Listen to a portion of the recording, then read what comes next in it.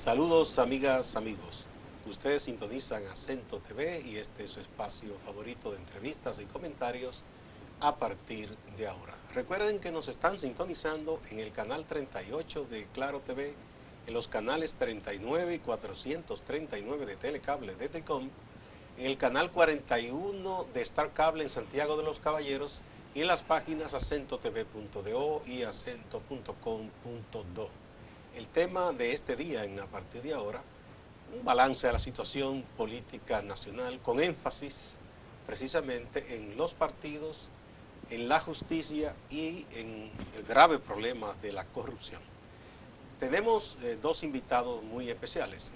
En primer lugar está aquí José Ceballos Chichi, un reconocido activista social que es parte de la directiva de participación ciudadana y allí dirige el programa de justicia barrial, una iniciativa muy importante. La Casa de Justicia Barrial, ¿verdad? Así es. Y tendremos en el segundo bloque a la politóloga Olaya Dotel, profesora académica muy reconocida, que se integrará luego del primer bloque. Vamos a una brevísima pausa antes de empezar la conversación.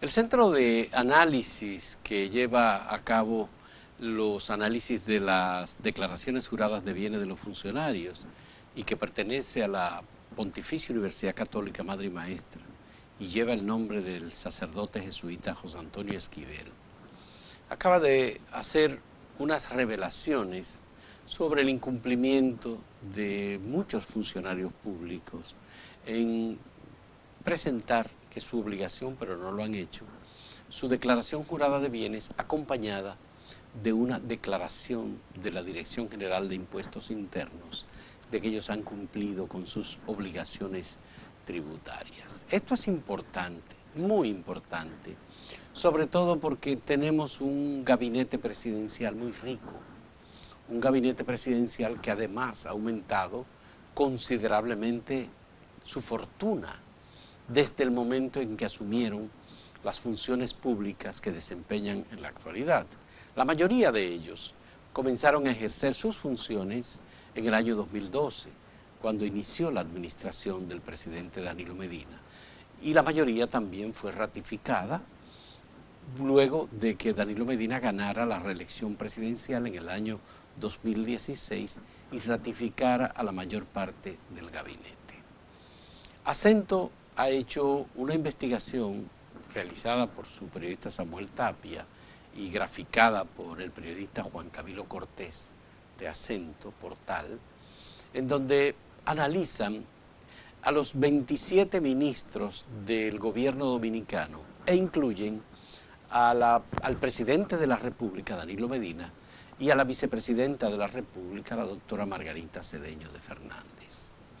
En conjunto, el gabinete del presidente Danilo Medina, ministerial, tienen un total, de acuerdo a sus propias declaraciones juradas de bienes del año 2016, de 3.149 millones de pesos. Son 3.149 millones de pesos, 404.000 y tantos más. Esto, por supuesto, nos demuestra que obviamente tenemos un gobierno que para la designación de posiciones en la administración ministerial o en el gabinete presidencial se escoge a personas muy, muy ricas.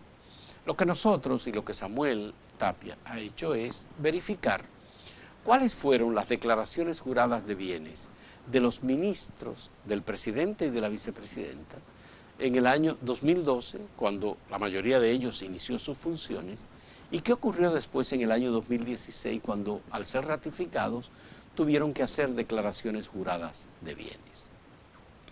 En el caso del que mayor fortuna ha registrado, Miguel Vargas Maldonado, hay que hacer la aclaración que él no hizo declaración jurada de bienes en el año 2012 porque no ejerció ninguna función pública en el año 2012.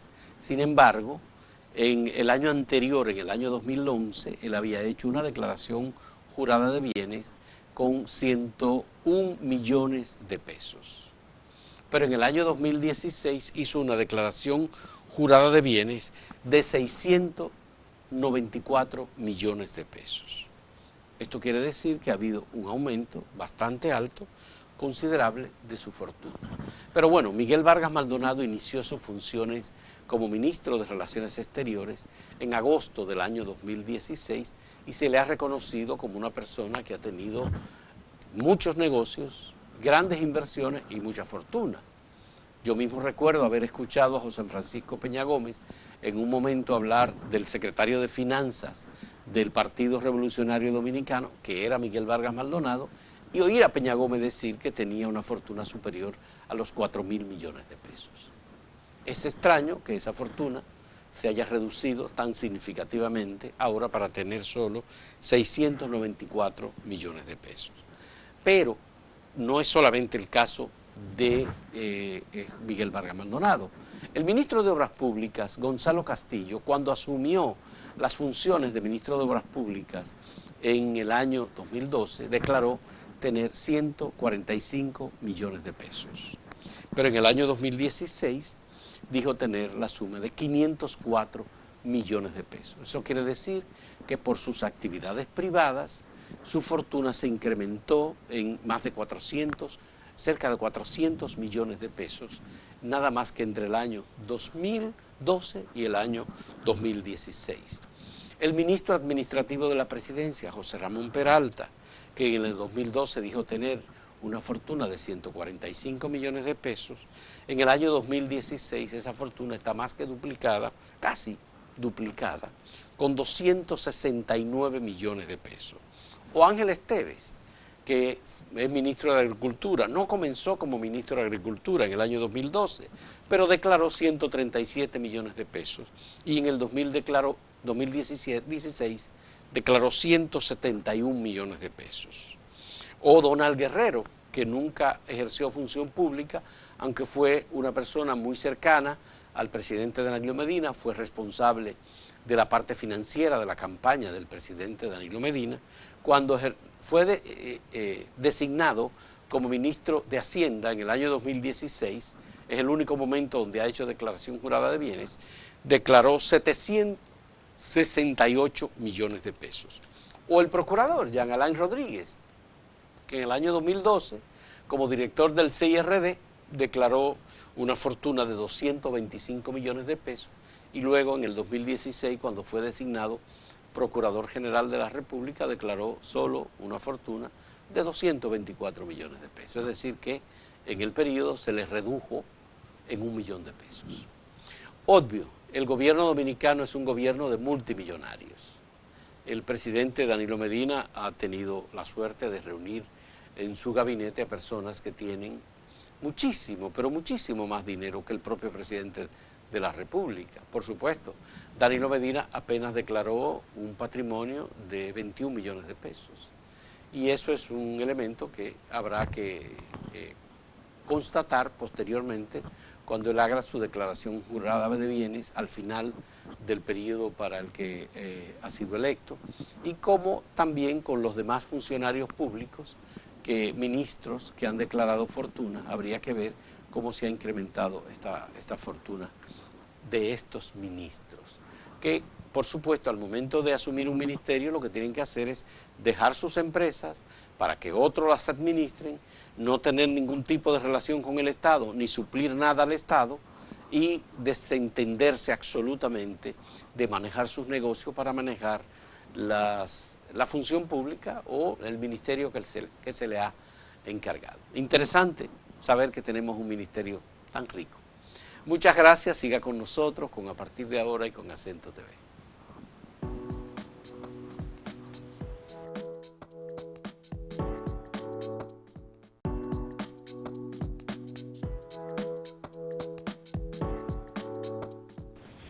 Tal como anunciamos, aquí se encuentra José Ceballos. Bienvenido, José Chichi, mejor conocido por los amigos. Siempre agradecido de su invitación. Bueno, contigo siempre se puede conversar muchísimo. Vamos a ver, tenemos una situación en el país. Aquí no salimos nunca de un escándalo. Cuando la gente tenía la atención puesta en todo el tema de que se iba a continuar el caso de Brecht, que si de verdad todo aquello del caso de los aviones Super Tucano era cierto, que se le iba a dar ahora el seguimiento debido. Estalla el escándalo de la ONSA a raíz de primero la desaparición y luego el hallazgo del cadáver del profesor Junior Ramírez, abogado reconocido y que en muchas ocasiones tocó el tema de la corrupción. Y todo esto ha destapado toda una maraña, ¿no?, de vasos comunicantes entre supuestos empresarios, entre funcionarios, supuestos pagos de extorsión, etcétera, etcétera. ¿Cuál es tu lectura de esta situación? Mira, yo creo que empieza a destacarse muy claramente que la corrupción no tiene control. Y no tiene control porque cuando no aparece un escándalo en algún nivel de los poderes del Estado, aparece el escándalo en alguna de las instituciones ya de segundo rango. Que uno entendería que uno pensaría que ahí no hay mucho que buscar, pensaría uno. No, yo lo que creo es que es tan alto el nivel de corrupción que ya ninguna instancia de la llamada a controlar no puede hacer lo que quisiera. Y esto con el agravante se ha desbordado. Se ha desbordado. Con el agravante parece que la corrupción es controlada directamente por muchos de los responsables internos de las instituciones que han llevado un proceso de tratar de disimular sin parar esta dinámica de llevarse los recursos del Estado, y muchas veces a uno le da la impresión de que no les importa de si el público se entera o no se entera por el manto de impunidad que existe, que le da la garantía de que no le va a pasar nada. Tanto incluso en este caso que se llegó al asesinato. Se llegó al asesinato y eso tiene preocupación, o sea, tiene un elemento que llama mucho la atención. ¿Qué tipo de asesinato? Real, efectivamente. Entonces tú te pones a pensar cuánta gente podría estar en riesgo, aparte de los efectos indirectos de que el dinero público se vaya a manos de quien no va a favorecer el país, sino efectivamente lo que se organiza internamente en algunas de estas instituciones, cómo tiene un nivel de control de la institución completa puesta al servicio de la corrupción. Sobre esto nos han querido vender un relato, diciendo, bueno, el tema era que este abogado se dedicaba a la extorsión, o yo diría que más bien lo que sería el chantaje, si se define bien, pero bueno. Claro. Pero claro, para que exista una persona con capacidad de chantaje, tiene que existir otra que tenga algo delicado que ocultar y que esté dispuesta a pagar, o en este caso hasta matar, para que no se sepa ese hecho, ese ilícito o lo que fuere, que la otra persona le está diciendo, mira, lo sé y te puedo poner en evidencia. No, la actitud es incriminatoria, porque si no tuviera nada que ver con corrupción, el paso más importante era someterlo a la justicia por la extorsión. Más ante un hecho tan grave como la extorsión. Claro, pero si tú cedes a supuesta extorsión, si tú entras en negociaciones, si tú ofreces dinero, eso quiere decir que hay muchos indicios de que la acusación que se le está haciendo es real. Porque si no tuviera ese compromiso con una realidad de corrupción, no ofertara recursos, no llegar al extremo de la muerte, porque él puede defender su posición de hombre transparente donde sea. Lo otro, Chichi, yo no sé qué tú pensarás, es un hecho de verdad que espanta, o sea, claro, cómo esta gente se organiza, secuestra, porque en principio fue un secuestro, sea de la manera que fuere, que se le buscó engañado para llevarlo a cierto lugar o montarle un vehículo, fue secuestrado. La forma fría en que narran, según lo que hasta ahora se ha dicho, por los interrogatorios que se han publicado de algunos de los imputados, cómo le dan ese disparo y con toda frialdad llevan a ese lugar. Entonces inclusive es casi como emblemático, simbólico la forma en que lo encadenan, le ponen ese blog. Eso es casi un mensaje como de mafiosos. De mafiosos y también de extremas modalidades de la represión que se daban en las dictaduras.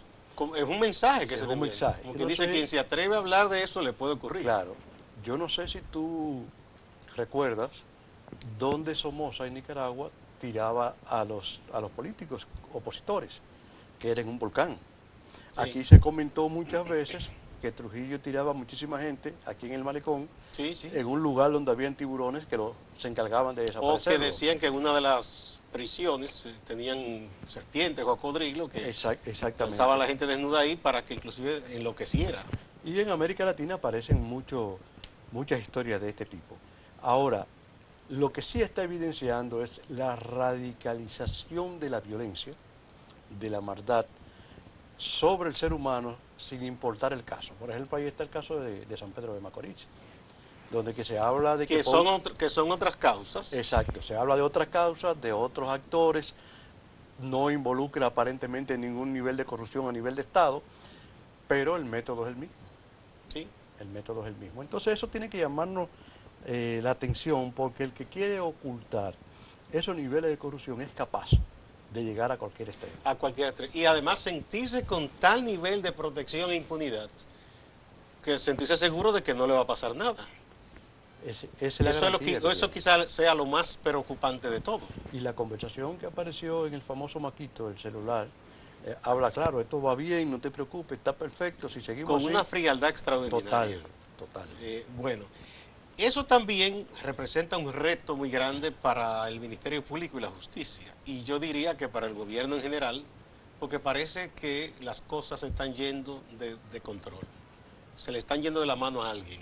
Sí, es lo que te planteaba al inicio de esta conversación, en el sentido de que luce que la corrupción está desbordada por la magnitud de lo que está ocurriendo y al mismo tiempo sobrepasa las capacidades de las instituciones que tenemos para la investigación, de las instituciones que tenemos para sancionar, de las instituciones que tenemos para de alguna manera crear condiciones de prevención a otros hechos como eso. Entonces, aquí se complica más el asunto, porque ese sentimiento que cubre el país desde hace un par de meses, porque tú te pones a ver todo lo que vivimos con la muerte de la joven de San Francisco de Macorís. Marlene. Sí. Marlene. Su relación de la madre del joven con una instancia más o menos de poder. Emily era que llamaba. Emily. A eso tú le sumas la situación que ha evidenciado o grandes niveles de complicidad de sectores de la justicia con el caso Quirinito y otras jóvenes que murieron en el mismo tiempo, todos sin una respuesta convincente hasta el momento. Entonces hay un compás de espera que nos somete a esperar en base a la angustia, y es que tiene que terminar la investigación, tiene el Poder Judicial que tomar su tiempo y ir a juicio de fondo, y el tiempo va pasando, pero no dejan de pasar los escándalos, no dejan de pasar las muertes. Entonces, esto nos tiene como en una bruma, como en un ambiente de pesar, que uno probablemente no lo piense mucho, pero se siente en la ciudadanía, que es la inseguridad. Y yo pienso que eso afecta incluso a quienes tienen responsabilidad dentro de las instancias oficiales. Yo te diría a un simple oficial de policía que no tiene la gran protección. Si es un hombre honesto y quiere investigar, o un fiscal serio, también diría, caramba, yo estoy exponiendo a mi familia a una tragedia, y a mí ¿quién me protege? ¿Y a cambio de qué? ¿Y a cambio de qué? Porque si se va a imponer, claro, se va a imponer todo lo que es la impunidad. Y eso, para las sociedades como la nuestra, no es bueno. No es bueno porque llega un momento en que la gente se siente que no hay autoridad, que vive la anarquía, que cualquier persona tiene la capacidad de quitarle la vida o de quitarle propiedades, y real y efectivamente no existe una tutela de derechos fundamentales que te hagan sentir bien pase lo que pase. Eso no lo tenemos. Entonces las calles nuestras, cada día más tú la vas sintiendo un poco sola, sobre todo en las noches y temprano en la mañana, porque ya me recuerda, yo recuerdo que en la época de los 12 años, si tú estabas en casa de tu novia y salías a las 8 de la noche de ahí, pues la mamá de ella tenía que acompañarte hasta un lugar donde tú consiguieras un Hasta vehículo. lo claro, ¿verdad? Hasta lo claro. Entonces en este momento... Y tu mamá esperaste, ¿verdad? Hasta que tú no llegabas, no respiraba. No respiraba. Entonces, ahora tú sales de un lugar para ir a tu casa y hay angustia en la casa que dejaste y en la casa para donde tú vas. Porque no se sabe si la delincuencia te va a sorprender Ya por otras circunstancias. por otras circunstancias. Sí. También en todo esto hay una situación. Esa entidad, la ONSA, que uno la suponía casi muerta, ¿no? Porque uno ve un cementerio, muchísimas chatarra, pero parece que ahí se maneja mucho dinero. Es una entidad que todavía el Estado la subsidia, a pesar de que ella también autogenera una parte de los recursos con la publicidad que están en los propios autobuses, con la parte que todavía cobra del pasaje, aunque no es completa, el Estado subsidia lo otro. Pero parece que ahí se maneja todo muy a la libre, muy discrecional, porque de pronto tuvimos que recordar que este no es el primer caso que involucra a un funcionario de la ONSA. Hay un ex subdirector que aspiraba incluso a ser legislador de Pedernales, que está preso, Arsenio Quevedo, que está acusado junto con un ex regidor PRDista de Pedro Brán, están acusados de varios asesinatos en una especie de banda de sicariato, ¿no? Y eso está ahí. Y está todavía pendiente de que haya un juicio de fondo y que haya una condena. Y ha roto récord de reenvíos. No. O sea que la justicia se ha ido al extremo. Parece que tienen dinero para pagarse muchos abogados que saben cómo hacer esas cosas. Pero súmale a ese caso, súmale que varios periodistas de investigación hicieron trabajos desde hace años planteando las irregularidades que brotaban dentro de la ONSA. Sí, es que es un hecho conocido. Hay un libro hecho. Sí, entonces eso también nos lleva a pensar qué otras cosas más sabía el abogado Junior Ferreira, porque las que están publicadas, si no ocurrió nada, no les iban a preocupar a quienes están en la ONSA. Claro. ¿Cuáles otras cosas más graves todavía él sabía que llevaron a que se quisiera a ese desenlace silenciarlo, ¿verdad? Habría que pensar eso. Y la figura también, que ese es un hecho muy conocido, de unos supuestos empresarios que aparecen en todos los gobiernos, cercanos a ciertos funcionarios, que uno no sabe de dónde que son empresarios, pero se vuelven empresarios. ¿Cuáles son las empresas? Se vuelven empresarios y se vuelven empresarios muy prósperos, por cierto, que comienzan a ganar, entre comillas, licitaciones y a obtener contratos de cientos de billones, a veces de miles de millones de pesos. Así es. Porque este señor que ahora aparece, también le fue muy bien en salud pública, en la gestión del doctor Bautista Roja Gómez. Y ahora en esta también, pues parece que mantenía una fluida actividad comercial en torno a la ONSA. Bueno, uno de los informes que hay sobre él es que había recibido casi 400 millones de pesos en algunas transacciones de la ONSA. Entonces uno se pone a pensar cómo es que se puede dar esto, porque hay otros suplidores que no sabemos si están en la misma condición. Y también hay una serie de demandas que hay empresas instaladas que pueden responder, pero cuando tú vienes a ver, además de ser suplidores, son intermediarios.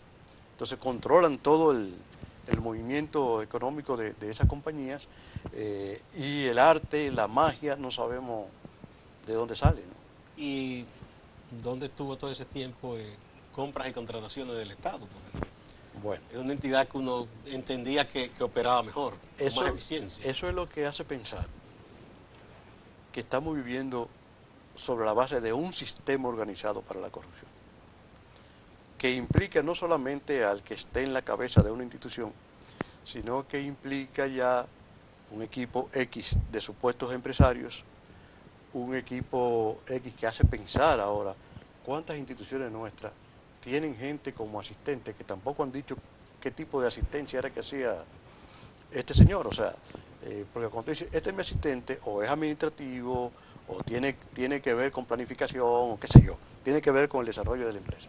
Pero de este que se señala que le quitó la vida al profesor, no se explica qué asistente.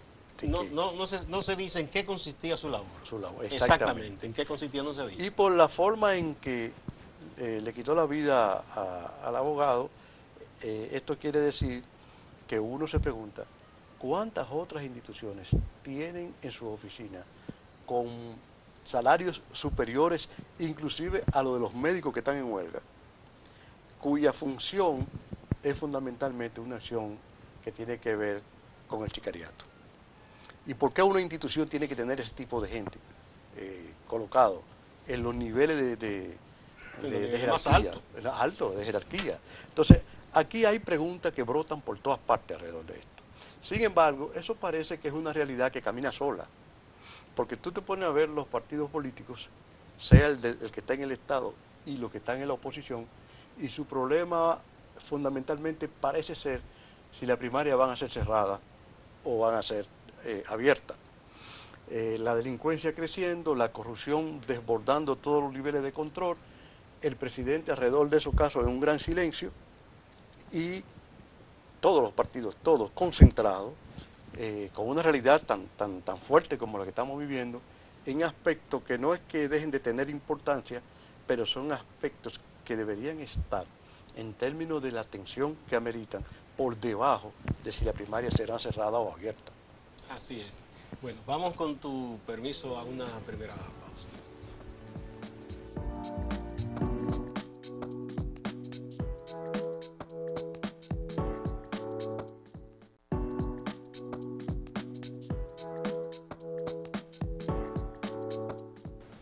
Gracias por continuar a partir de ahora. Estamos conversando con José Ceballos, Chichi, activista social, miembro de Participación Ciudadana. Bueno, lo que tú señalabas de los partidos, que parece que su preocupación o su agenda va por un lado y los graves problemas de la sociedad y la preocupación de la gente por otro, muy distinto. Se demuestra porque ha habido casos. Ahí está ese señor Rivas, ese mismo del PLD, ¿verdad? Por ese partido de gobierno. Que fue candidato también. Sí, sí, no, y todos los que llegan a la ONSA quieren ser alcalde de Santo Domingo Este, yo no sé por qué. Bueno, yo creo que se podría concluir, ¿no? Yo no sé qué es lo que ocurre ahí. Tenemos este muchacho, el que preside la Federación de Estudiantes en la UAS, que es un dirigente joven del PRM. Así es. Y otros más. Y los partidos, cuando estas cosas ocurren, ni siquiera hacen una amonestación pública de su dirigente, ni siquiera dicen, mire, compañero, compañera, o qué sé yo. Mientras tanto, o compatriota, como dicen los reformistas, a usted lo vamos a separar del partido, hasta que usted aclare sus asuntos con la justicia. No, porque se atrevió un grupo de PLDistas de Santiago a plantear la separación de ese señor Rivas. Casi se lo quieren comer otros, diciendo que cómo va a ser, que no, que el partido tiene que defenderlo. Entonces, eso envía una señal de que a esas organizaciones que se supone que son las principales, gobierno y oposición, parece que no les importa todo el tema de la transparencia, de la corrupción, de la ética que debe tener un funcionario público y un dirigente político. Y yo llegaría a decir que tampoco le importa a la población. No, obviamente. Eso es lo primero. Claro, yo no sé con qué cara van a llamar a la gente a que vote en favor de X situación política, porque, mira, tú te pones a suponer, la delincuencia, que aparece en la encuesta ahora como el punto de más preocupación de la gente, la situación de la corrupción que ya hemos visto, que hemos analizado, el costo de la vida, señores, un galón de gas propano cuesta 117 pesos. Si tú vas a los centros de comercio de alimentos y ese tipo de cosas, tú te asombras de cómo los productos suben semanalmente. Tú vas a buscar medicinas y es como para que uno decida echarse a morir. No, ese es un hecho, un caso serio de las medicinas. Sobre todo las personas ya que van entrando a la tercera edad, que necesitan medicarse de manera continua por asuntos de presión arterial o los que son diabéticos o tienen otra condición. Todo eso es un dineral. Se están quedando prácticamente abandonados ese tipo de personas porque tampoco ganan un salario que le permita cubrir esos gastos. Pero que en una sola receta se va prácticamente la pensión, si es que son pensionados. Pero yo te puedo decir, hay unas pastillitas pequeñitas que cuando te cantan el precio, tú te quedas mirando la pastilla a ver qué es lo que sabe hacer. Sí, porque no puede ser que tú tengas que comprar unos antibióticos que te cuesta cada antibiótico 3.000 pesos, cuidado si algo más, y tienes que tomarte no sé cuánto durante X cantidad de días. Casi es una condena. Y con lo peor, y eso sí es triste, que es que todo sea como cartelizado, como dicen ahora. ¿Por qué? Recientemente me ocurrió que yo iba para un pariente a comprar una medicina. Me dice, esa marca aquí no la vendemos. Sí, entonces, voy a otra. Me dice, sí, aquí la tenemos, pero aquí ese seguro no lo recibimos. Entonces yo digo, óyeme, yo puedo moverme, se pasa trabajo. Yo imagino una persona con cierta condición de salud, No, imagínate. con lo difícil que es movilizarse en esta ciudad, que lo hagan ir de una farmacia a otra. O sea, es una locura. Y que probablemente va a morir no por la enfermedad que tiene, sino por la dificultad que se le está poniendo Claro. para atender esa enfermedad. Entonces tú vas sumando. A ningún partido aparentemente le importa eso. Y no hablemos de narcotráfico. Porque si algo hacen, desde mi punto de vista y lo que yo puedo conocer, es mandar una nota de prensa. Pero una nota de prensa que parece que es un mensaje repetido de hace varios años atrás. No, entiendo yo, los partidos no les interesa, por tanto, no tienen una propuesta a la población de cómo van a resolver eso o cómo van a defender el derecho que tiene la gente a cada uno de estos aspectos. Esa lectura que tú haces quedó reflejada en la última entrega de la encuesta Mark Penn, y que nosotros publicamos por cortesía de Bernardo Vega, que él hizo para el grupo SIN. Porque ahí ya hay un porcentaje que llega casi al 60% de la población que no cree para nada, no tiene lealtad ni le importan los partidos políticos como están ahora. Pero cuando se va la juventud pasa del 70%. Eso es peligroso. Muy peligrosos. Muy peligroso en el sentido de que con quién contamos en dirección a encontrar una salida a la encrucijada en que estamos metidos. Y las sociedades no pueden darse el lujo de tener esos vacíos, que no son vacíos, alguien lo llena. Puede aparecer un vengador social por ahí, un chapulín. O un estallido sin objetivo político, pero como una manifestación de rabia, que entonces provoque situaciones, lleva a un caos. Claro, situaciones que nadie quisiera tener y que se viene a justificar luego con que eso era violencia y no podemos permitir que la violencia No, ahí se sí genere. aparece respuesta y represión de inmediato. Claro, y entonces lo que está pasando contra la gente no es violencia. Exactamente. Y el mismo silencio de los partidos es violento. Es un escandaloso silencio lo que tienen con respecto a esta realidad todos los que aspiran a representar la población en el país. Y no es que estemos vendiendo una opinión contraria a los partidos, no es que queremos que desaparezcan, son importantes. No, al contrario, claro, es que hagan lo que tienen que hacer. Exactamente. Que sean partidos, que hagan política. Pero claro, porque desde hace un tiempecito para acá, los partidos tienden a escudarse bajo ese argumento. No es que son antipartidos, no, es que queremos partidos de verdad, es que queremos partidos que no nos sacrifiquen, es que queremos partidos que nos gobiernen bien, que no está ocurriendo en este momento. Bueno, en estos días conversaba, por cierto, con David Ventura, que también es un joven que tiene una propuesta política nueva, Partido de la Ciudadanía, que hace mucho activismo social, es un educador, una persona bien formada, y él me decía algo que a mí me espantó. La gente, él me dice, en las comunidades más pobres, está consciente de que siempre los estafan. Y como los estafan, ellos han aprendido a sobrevivir en medio de esa situación. Dice, ahora mismo me decía que se está hablando de que se van a imponer las primarias abiertas y que cualquiera podrá votar en cualquier partido. Ya hay grupos organizados en la base de la sociedad para hacer negocio. Pero claro, y dice, bueno, como nosotros no les importamos de todas maneras, yo voy a organizar un grupo de 500, yo de 300, y por quien dé más, por ese votamos. Guardando la diferencia de la trata y de este ejercicio, hay mucha gente en los barrios que les vende guagua de supuestos simpatizantes para los grandes mítines a los partidos.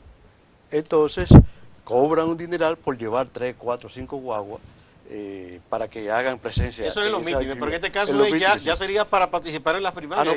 Para votar por todo el mundo, por lo que tú me digas. Sí, porque como claro, ya no habrá ninguna necesidad de estar inscrito en nada, ni lealtad a nada. Está abierto. Es cuestión que logren sincronizar qué tiempo dura votando en cada sitio. No, porque puede ser que voten uno solo incluso, sí, ¿verdad? Porque uno supone que habrá algún tipo de marca o algo, o un tintado para que no voten más de una vez, pero que como es abierto, no hay lealtad con ninguno, es con quien dé más ese día. Ah, no, claro. Porque cuando son las elecciones más controladas es un poquito más peligroso el asunto de si comprar cédula y cosas. Y tú sabes que una de las experiencias que hemos vivido como observadores en las elecciones es que ya la gente que está dispuesta a vender su voto no lo vende de una vez. Él va al centro y se para ahí, entonces le van ofreciendo. Mercado, Hay oferta y 500. demanda. No, ya ¿Y vendrá quién da otro. más? Sí, ¿quién da más? Es una Exactamente. subasta. Es una realidad, ¿eh? Es una realidad. Sí, que, uno que se se da. ríe, pero es algo, Claro. es algo para, más que para reír, para llorar. Es doloroso, si se quiere, es doloroso. indignarse. Pero esa situación que estamos viviendo, yo insisto, quiero insistir en el aspecto de que está afectando el ánimo, está afectando psicológicamente a la población dominicana. ¿Cómo se expresa esa frustración, diríamos? Esa frustración se expresa en el desánimo por impulsar cuestiones nuevas, o sea, proyectos nuevos, acciones políticas nuevas. La única esperanza que va quedando, que la gente se siente comprometida y apoya, es la Marcha Verde, por la dinámica que se ha venido desarrollando, ¿no? Hay unas cuantas iniciativas, son partidos pequeños todavía, que yo creo que de manera seria están tratando de hacer algo. No es fácil, porque ellos están como contra el mundo, vamos a decir. Yo no es creo tan que sí. fácil. Sí. Yo te creo... mencioné ese mismo proyecto de Davis. Uh-huh. Ahí está Opción Democrática, Minú, ella y un excelente grupo de personas de diversos niveles están trabajando. El propio Guillermo. Hay muchas iniciativas. Quizás están dispersas, uno pensaría que hubiera sido mejor que estuvieran más unidas. Yo estoy de acuerdo contigo. Ahora, yo tengo una apreciación muy personal en cuanto a estas alternativas y le daría como propuesta lo siguiente. Si uno piensa que está construyendo, como se está haciendo, una alternativa para que por lo menos la gente tenga otra referencia para depositar su voto, hay que pasar del estilo viejo de hacer política. Primero, la política no se hace solamente en elecciones. La política se hace todo el tiempo. No, es de manera permanente. Permanente. Claro. Segundo, cuando tú quieres ganar el voto, quieres ganar la simpatía de la gente, tú tienes que trabajar con la gente en el momento de sus problemas, en el momento de sus presiones y cuando hablamos de posibles alternativas, no solamente de cara a que eso dependa si gano las elecciones o no, sino el compromiso cotidiano con la gente. Y el acompañamiento diario. Diario. Porque la gente a diario es una lucha que tiene para sobrevivir. Óyeme, desde que se levanta que la gente está buscando cómo es que va a sobrevivir y además cómo va a lograr que sus hijos sobrevivan en ese aspecto. Entonces, cuando tú te limitas solamente a la posibilidad de un voto o te limitas solamente a un mensaje electoral, la gente tiene otros problemas también, que no te ve en ellos. Entonces, yo creo que esas alternativas tienen que ir pensando. Y eso trae como resultado el que tú tienes que entender que debe acumular fuerza y debe representar a alguien. Si tú vas a las elecciones y hay un conjunto de personas que no se sienten representados en ti, y si tiene nivel de educación como lo que sabemos en el país, que por lo tanto no tiene ni preocupación ni capacidad de análisis para ver cómo maneja su voto, no se siente representado en ti. Entonces, ¿a quién tú representas en la sociedad? No sé si me doy a entender. Yo te entiendo. Entonces, hay que trabajar. O sea, para calar, para interpretar a la gente y que ellos te entiendan a ti también, esas cosas. Claro, yo recuerdo cuando yo era más joven que muchos analistas decían, bueno, es que ese partido representa a la clase poderosa, es que el partido tal representa la clase pequeño burguesa, como se decía del mismo PLD cuando... Sí, y que el PRD era de la base, la sociedad más popular. Exactamente. Y competía en eso con los reformistas, pero los reformistas tenían a los conservadores de arriba. ¿Por qué? Porque la democracia tiene que ver mucho con la representación. Entonces, las alternativas que están creciendo hoy deben pensar en esa línea. ¿Tú piensas que no tienen claro como un sector social? Yo lo dejaría en la pregunta, ¿a quién tú representas?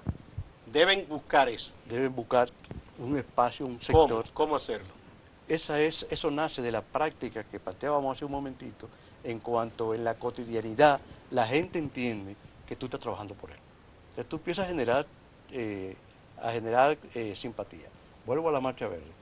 Nadie obligó a los sectores de clase media que van a la marcha a ir.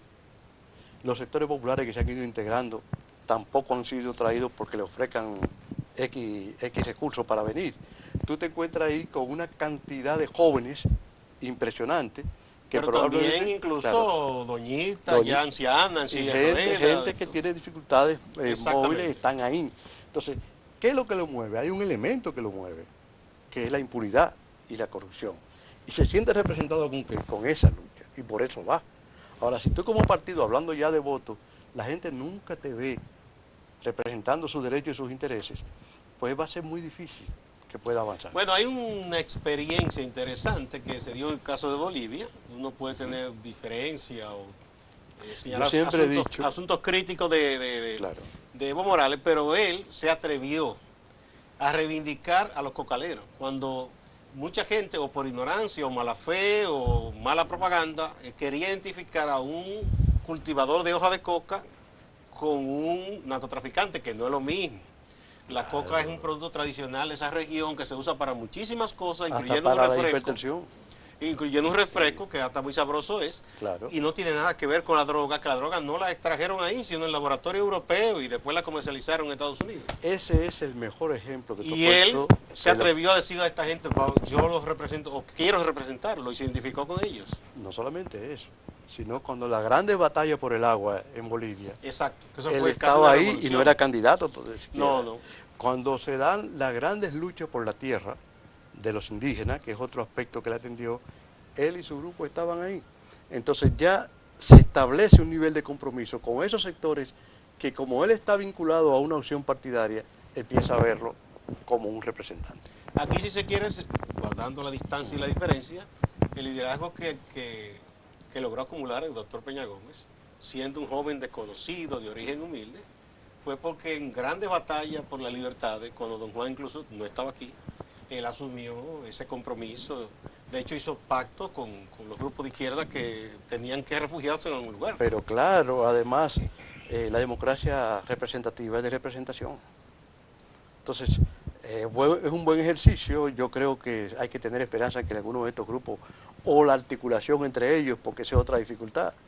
Es decir, ahora hay un escenario en que solamente una estrategia política de articularse en un bloque, que ha dado resultados en otros países, pudiera garantizar, no necesariamente que ganen la presidencia, pero pueden tener un peso muy importante en el Congreso, y eso es restarle poder. Ahora hay que trabajar para el que está en política. Vamos a poner un puntito ahí, sí, y vayamos a una pausa. Cuando retornemos, vamos a ver cuál es ese trabajo que hay que hacer entonces para lograr eso que tú dices. Vamos, señor director.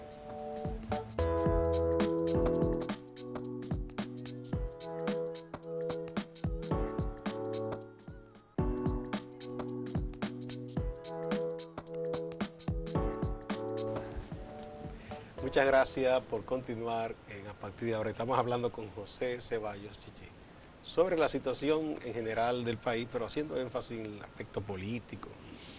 Bueno, yo tengo, fíjate una cosa, que soy una persona, si se quiere, ácrata, que no milito, pero saludo esos proyectos nuevos. No, yo también. Y que yo creo que están haciendo un esfuerzo por hacer las cosas distintas. Han integrado a personas que no habían participado de política en algunos casos. Yo pienso que ellos están haciendo el esfuerzo, y que ojalá que esa parte que tú dices también ellos las exploren. Exploren esa parte de compenetrarse más con sectores, de ir encauzando su propuesta política para entenderse con la gente. Pero lo otro que tú decías es que tú entendías que lo mejor sería como que pudieran tener cierto nivel de acercamiento. ¿Cómo lograr eso? Mira, yo no sé, yo creo que sí. Iba a decir, yo no sé si tú te has dado cuenta que en tiempos de elecciones, pero sé que sí, te has dado cuenta que en tiempos de elecciones uno de los argumentos de la gente que está del poder, en el poder o cerca del poder, al referirse a estos partidos nacientes, es decir, que nunca van a ganar en el país porque no tienen una estructura política en el territorio. Y los desprecian diciendo, claro, bueno, esos son partiditos. Partiditos. Entonces, inclusive algunos van más lejos. Le dicen, ustedes solamente tienen en las mesas representantes aquí en la capital, después en cualquier otra parte del país. No aparecen. Entonces, ellos pueden hacer lo que les da la gana porque no existen. Lejos de la actitud de estos partidos grandes, o que tienen años en el poder, los partidos que están creciendo como alternativa también deben empezar a plantearse ahora ese problema. Y ese es un mecanismo que surte un efecto positivo si se hace en doble dirección. Si tú decides, vamos a decir con la juventud, haciendo un cálculo electoral a nivel del territorio y la cantidad de mesas o de colegios que existen, montar una estructura partidaria con jóvenes que van a cubrir esos lugares, tú estás hablando de que tiene que organizar una fuerza aproximada de 6.000 personas, solamente para capacitarla, para tenerla como militante en las mesas el día de las elecciones, para garantizar por lo menos la capacidad de poder denunciar con elementos qué tipo de fraude se hizo, o para lograr que estas personas alcancen un nivel de responsabilidad política en base a tu partido que le permite jugar un rol no solamente crítico, sino de acción en cada municipio. Y conocer cómo opera el sistema por dentro, porque Claro, eso hay que conocerlo. hay que conocerlo. No es simplemente jugar y decir yo voy y me presento como candidato. Ahí está el primer elemento donde puede empezar a construirse, y yo hablo de la juventud, una base de operación importante que lleva capacitación técnica de cómo se maneja el proceso electoral, de los derechos electorales, de lo que implica enfrentar a partidos que están desprestigiados, pero que nosotros no logramos hacer ver la diferencia que tenemos con ellos. Ese es un primer elemento. El segundo elemento está en discutir muy seriamente la distribución de los puestos de candidaturas y empezar a buscar ahora una cantidad de gente digna, reconocida que hay en todos los municipios para ver si quieren asumir, porque muchas veces no quieren asumir, pero siempre aparece gente destacada que tú puedes empezar un proceso de capacitación política con esta persona, de garantía de que cuando llegue al puesto no se te vaya para otro lado o no se declare independiente y que esté dispuesto a dar la pelea. Entonces, en esa dirección tú vas logrando. Después tú tienes unas redes de organizaciones que gran parte le ha copado el partido oficial, pero hay otras muy serias que tienen años luchando. ¿Cuáles son las agendas de lucha de esas instituciones? O sea, acercarse a eso y ofertar qué tipo de compromiso tú haces con eso, te podría arrojar también una cantidad de gente que va a defender no la figura que tú tienes para la presidencia, sino lo que tú tienes como compromiso con ellos. La propuesta, La una propuesta, política, una línea de acción. Y eso se construye desde lo social, porque no podemos decir que la ciudadanía, todo ciudadano es un cuadro político, eso es imposible. Ahora, desde lo social tú puedes empezar a producir. Mira, en las pasadas elecciones fue agradable ver, si uno analizaba las boletas de muchos de los partidos alternativos, tenían excelentes candidatos en muchos lugares. Claro. Profesionales prominentes, educadores, Claro. alguna profesora, un médico, gente buena, algún muchacho, dirigente campesino, que entendía buena. que debía participar. Entonces, eso que tú estás diciendo, ¿por qué no empezar a tiempo articulando a esa gente? No es que le van a decir que esté metido en un local un partido, no es que siga haciendo lo que hace, incidiendo en la sociedad, pero que se le va dando ese seguimiento, esa comunicación constante. Potencializarlo. Exactamente. Porque además tienen una experiencia de lucha social que puede ayudar muchísimo. Además, muchos de ellos son líderes realmente. No, además la gente claro, lo conoce con una trayectoria. y probablemente la gente votaría por ello, beneficiando al partido alternativo que lo trabaje, y eso le ayuda a llevar la candidatura más alta que tiene. Entonces, por ahí va la cosa. El potencializarlo implica además que den una muestra de capacidad, sino de unidad y articulación con otro grupo. Tú sabes que lamentablemente nosotros somos fanáticos los dominicanos, y como fanáticos somos muchos apostadores, y aunque no apostemos nada, queremos que gane siempre el que yo creo, no queremos perder. Entonces tú tienes que ser capaz de demostrarle al país que varias fuerzas se pueden unir y que varias fuerzas pueden diseñar una estrategia para conseguir lo mejor de cada municipio, aunque nunca haya hecho labor política. Pero además, si no se logra, sería un contrasentido histórico, porque históricamente lo que ha ocurrido aquí en muchos países, que en un momento dado se da una coyuntura e incluso las fuerzas más dispares se unen. Mira lo que ocurrió en Chile cuando se hizo la consulta para sacar a Pinochet. Claro. Gente que en principio vio con buenos ojos el golpe, como los social cristianos, terminó siendo víctima y después se unió con los socialdemócratas, con los comunistas, Y esa coincidieron ahí. Esa historia está repetida y han sido gobierno por mucho tiempo. Y lo que ha ocurrido recientemente en países como Alemania y Francia es que para evitar los extremos del extremo de la derecha, todo el mundo se ha unido y ha dicho, bueno, elijamos este o esta, porque menos Ya, mal. Claro, entonces ya no es votar por lo peor, sino vamos a votar por lo que tenemos como posibilidad. Por lo mejor. por lo mejor. Yo creo que Entonces, lo mejor en ese aspecto. claro. Entonces por ahí va la cosa. Entonces yo creo que esas alternativas, estoy de acuerdo contigo, qué bueno que aparecieron, qué bueno que están tratando de colocarse, pero no se trata solamente de mirar hacia los fallos del Estado, del gobierno del Estado, sino mirar hacia la situación que está viviendo la gente. O los dos aspectos, combinarlos, ¿no? Y que la gente pueda enfocar. O dónde tal vez que tiene que demandar. estén viendo hacia la gente, pero quizás deben hacerlo de manera más profunda, digo yo, más amplia y como que se visibilice más. Porque Yo al creo que hace parecer falta, que yo quizás creo que hace uno no lo falta. está viendo y quizás ellos están haciendo esa tarea. Sobre todo cuando hay otra oportunidad. Las encuestas lo están diciendo. Hay un vacío y hay un desclive de los partidos políticos tradicionales que no se ve claro quién podría sustituir eso. Si existiera una alternativa con ciertas posibilidades, no con todas, crece inmediatamente. Sí, porque Porque- la gente si tiene un activo, dice, déjame ver, tengo que buscar la alternativa, sea como sea, ¿no? Porque yo estoy seguro, espero no equivocarme, que la gente no quiere seguir con este tipo de gobierno. No estoy hablando del PLD, de cualquiera de los que están ahí. No quiere. Ahora, cuando mira hacia el otro lado, no se convence de lo que hay, por bueno que sea. Entonces eso trae la disyuntiva porque por más que se diga, la gente de la población no es O no quiere tonta sufrir ni la bruta, frustración de apostar a algo que después hará un ridículo en los comicios. Y la gente no quiere eso tampoco, claro. porque sería como una frustración más.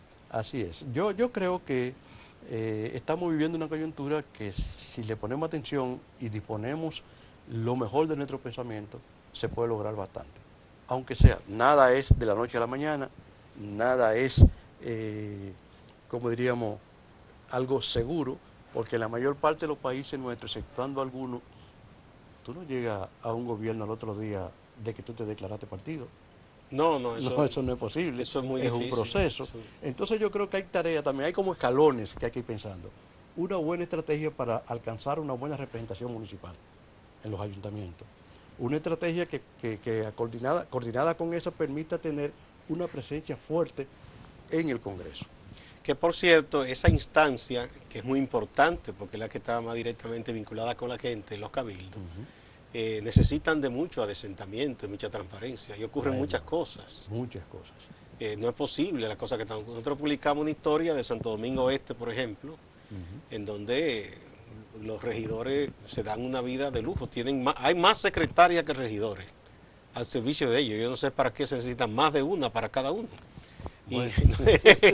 Y, Oye, y eso se da a otros niveles, porque en algunos municipios hay escuelas que tienen más de 50 conserjes. pero en este caso, Aunque va uno, pero nada estos más. regidores Sí, también claro. tienen más conserjes que regidores también. Es Yo no así, sé si es que es así. ensucian mucho o qué. Bueno, No, esa es la famosa distribución de hay que darle un puentecito a los míos. Sí, Entonces, pero eso bueno, es empaña como toda que se le fue la mano ahí, Claro. ¿verdad? Entonces- y uno piensa que ese municipio, como muchísimos otros, requiere de muchas cosas y tiene un gran potencial. Entonces como que uno piensa, caramba, se desperdician los recursos. Así es. Y mira, parafraseando a mi madre, estamos metidos en un berenjenal. En un berenjenal bien... No por lo demorado. No por, no por la temporada, no. En un berenjenal porque tenemos tantas cosas encima que tú dices, bueno, ¿por dónde es? Todo el mundo sabe que estamos mal, incluyendo los mismos políticos. Todo el mundo sabe que la corrupción va a llegar a un nivel en que muchos de los funcionarios que son corruptos y que llegan a una posición, cuando tú vienes a ver, va a terminar en contra del mismo partido que lo puso, porque ya tiene intereses creados, intereses de muchos Bueno, líderes. las Claro. expresiones de los últimos días nos dicen mucho de cómo han llegado las contradicciones y las rebatiñas dentro del PLD. Desde una expresión grosera de Felucho Jiménez hacia la señora Margarita Que a veces- Cedeño, vicepresidenta. Después pide excusas. Pero, pero a veces uno no pensaba eso nunca, que eso Claro. iba a llegar hasta ahí. Ya uno está tan incrédulo que a veces uno piensa que es montado. Bueno, montado no es una grosería. ¿eh? No, en el sentido de vamos a soltar tal nivel de no sé qué, Ah, tú dices para desviar la atención. posiblemente, o para crear una situación al interno de la contradicción que hay, que obliga a una negociación. Bueno, es que ya Porque fíjate que, Leonel, yo que no- pienso que eso es más propio de que la gente ha perdido tanto la fe que no creen nada No, y yo creo piensa que que sí. todo está montado. Porque Claro. es igual de lo que ocurrió con este señor que era fiscal de Samaná, que ya finalmente lo suspendieron. No, ya lo cancelaron. Ya Sí, lo, ya, sí, o sea, ya salió lo de eso. cancelaron porque Sí. tenía muchas denuncias de acoso y abuso sexual hacia mujeres que eran empleadas del sistema y a ciudadanas que fueron a buscar el servicio del Ministerio Público. Yeah. Ya la gente estaba diciendo, bueno, hacen eso ahora para desviar la atención del escándalo del asesinato de Junior. Sí, uno concluye, tú ves, porque es que además al PLD se le acuña una capacidad fuerte para manejar sus situaciones. Bueno, y lo crear. que sí... Pero sí, déjame decirte que tal vez hubo algo, no sé si positivo, pero sí destacado. La palabra de Felucho y la reacción de la vicepresidenta lograron que el presidente Fernández hablara que no hablaba de nada. Bueno, nada A político. pesar de la contradicción, ¿verdad? Nada político Claro, fuera de los lugares que él está visitando, porque él está vendiendo su proyecto, República Dominicana 2044. Él estuvo hace un tiempo en la zona este, en Barahona, Sí, y su sí, gente sí. está muy activa en las redes sociales. Así es. Él está en eso, lo que pasa es que tiene su forma, el presidente Fernández, como que no No, quiere exponerse mucho. Yo creo que sí, demasiado cauteloso para lo que está viviendo, pero, pero es una manera de hacer política. Acuérdate que a Balaguer se le señalaba como un éxito su silencio muchas veces Sí, con pero respecto a... los tiempos son muy distintos, y Cambia, los partidos cambia. muy distintos. Ahí no había nadie que le hiciera sombra a Balaguer en el PLD, en el PRCC. Ahora, como te digo una cosa, te digo la otra. La situación que estamos viviendo es responsabilidad de todos nosotros que no siga por ese camino. De la ciudadanía en su conjunto, de los políticos, que hemos dicho que tal vez no le importa mucho por ahora, de las iglesias. Óyeme, aquí hay que buscar la manera de que se pueda impulsar un movimiento que concluya con una demanda tal que force a que la justicia, a que el Congreso, el Poder Ejecutivo, se den cuenta que la población no está jugando. Ahora, Chichi, si tú sumas, y eso está a la vista, mira, hablamos de los recientes resultados de la encuesta Mark Penk. La gran mayoría no quiere lo que se le ha propuesto, lo que hay, quiere cosas distintas. Así es. Sobre todo la juventud, más del 70%. Y el gran apoyo de un movimiento como Marcha Verde, ¿verdad? Que por más de intento de desacreditarle no se ha podido. Tú sumas todo eso, más los esfuerzos que yo pienso bien llevados, que uno sabe, tú que tienes contacto con las comunidades, porque hay como dos países. La gente piensa, Sí. hay gente que cree que el país es el polígono. Y es cierta zona de Santiago o la zona privilegiada del turismo, y no es así. El otro país es la mayoría y ahí se vive otra realidad y hay gente muy valiosa que todos los días lucha por muchas cosas, hay mucha solidaridad, se construye mucho en todos los sentidos, se hace ciudadanía todos los días.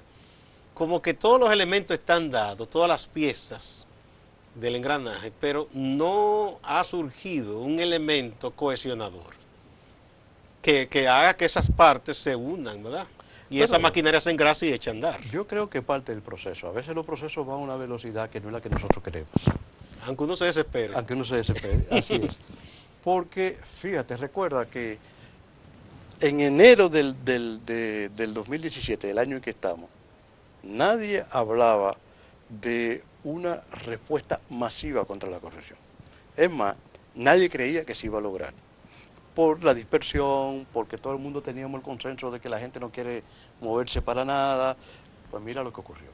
Entonces, a nivel social, ese proceso que se desarrolla a través de la Marcha Verde, si logramos avanzar con una visión política coherente, podría dar paso, no digo que la Marcha Verde tal vez lo haría, podría dar paso a la aparición de un segundo nivel de organización ciudadana que demande más en lo político. Que se cohesione Que se algún cohesione, tipo de propuesta claro. política. Yo tengo la esperanza de que eso Bueno, puede surgir. muchísimas gracias José Ceballos Chichi por sus importantes reflexiones para ayudarnos a entender lo que está ocurriendo en nuestra República Dominicana en estos momentos. Siempre hay que mantener la esperanza, aunque Siempre, nos han siempre. querido siempre cubrir con mucho desaliento, porque hay gente que saca provecho de ese desaliento, ¿verdad? Pero claro, Saca ganancias jugosas. prueba tenemos. A canto. Así es, así es. Bueno, muchas gracias. A ustedes, amigas y amigos, no se vayan, que hay más en Acento TV.